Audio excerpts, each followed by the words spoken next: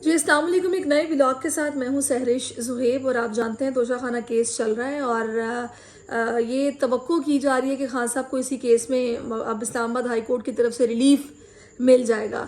لیکن اس سارے کیس میں آپ کو پتہ ہے کہ عدالتیں جو ہیں وہ تو شواہد کی بنیاد پر چلتی ہیں، دلائل کی بنیاد پر چلتی ہیں. لیکن آج کل جو خبریں گردش میں یہ تاثر دیا جا رہا ہے کہ جو اسلام آباد ہائی کورٹ کے چیف جسٹس ہیں عامر فاروق صاحب، وہ ان کے بارے میں یہ پورٹرے کیا جا رہا ہے کہ وہ تحریک انصاف کے خلاف فیصلے دینے پر تلے ہوئے ہیں اور وہ قانون کے مطابق فیصلے نہیں کر رہے، وہ بائسڈ ہو کر فیصلے کر رہے ہیں. اور ان کا کچھ ان پر یہ الزام لگایا جا رہا ہے کہ وہ چاہتے ہیں کہ جو چیئرمین پی ٹی آئی ہیں وہ اندر ہی رہیں، وہ باہر نہ نکلیں. اس کیس کو التوا میں ڈالا جا رہا ہے. کچھ ایسی خبریں ہیں جو کہ گردش میں ہیں.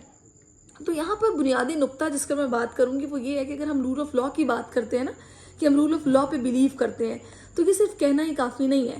اگر فیصلے آپ کے حق میں آئیں تو آپ کہتے ہیں قانون کی فتح ہو گئی ہے، جی آئین کی فتح ہو گئی ہے، ادارے بالکل ٹھیک کام کر رہے ہیں، ججز نے بالکل جو ہے نا وہ انصاف دیا ہے اور قانون کے مطابق فیصلہ کیا ہے.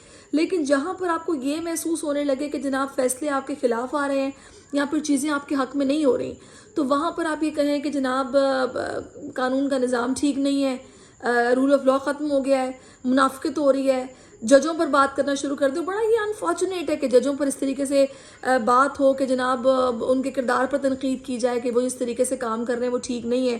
یہ بڑی غلط بات ہے، کیونکہ اگر آپ چاہتے ہیں کہ آپ کا ملک ترقی کرے تو اس کے لیے آپ کو اداروں کو مضبوط کرنا پڑتا ہے. اداروں کو مضبوط کرنے کے لیے اداروں کا احترام لازمی ہے. اداروں کا احترام اس صورت میں ہو سکتا ہے کہ جب آپ ان کے کیے گئے فیصلوں کو منوان تسلیم کریں.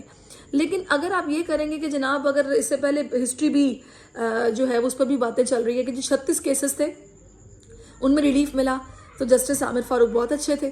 لیکن اب جب وہ یہ کیس سن رہے ہیں اور اس کے اندر اگر آپ کو یہ فیل ہو رہا ہے کہ آپ کو نہیں اس طرح سے جو آپ چاہتے ہیں وہ ہو پا رہا، تو آپ یہ کہہ رہے ہیں کہ جج صاحب ٹھیک نہیں ہیں اور جج صاحب تعصب کر رہے ہیں، جج صاحب جو ہیں وہ قانون کے مطابق اپنا کام نہیں کر رہے ہیں.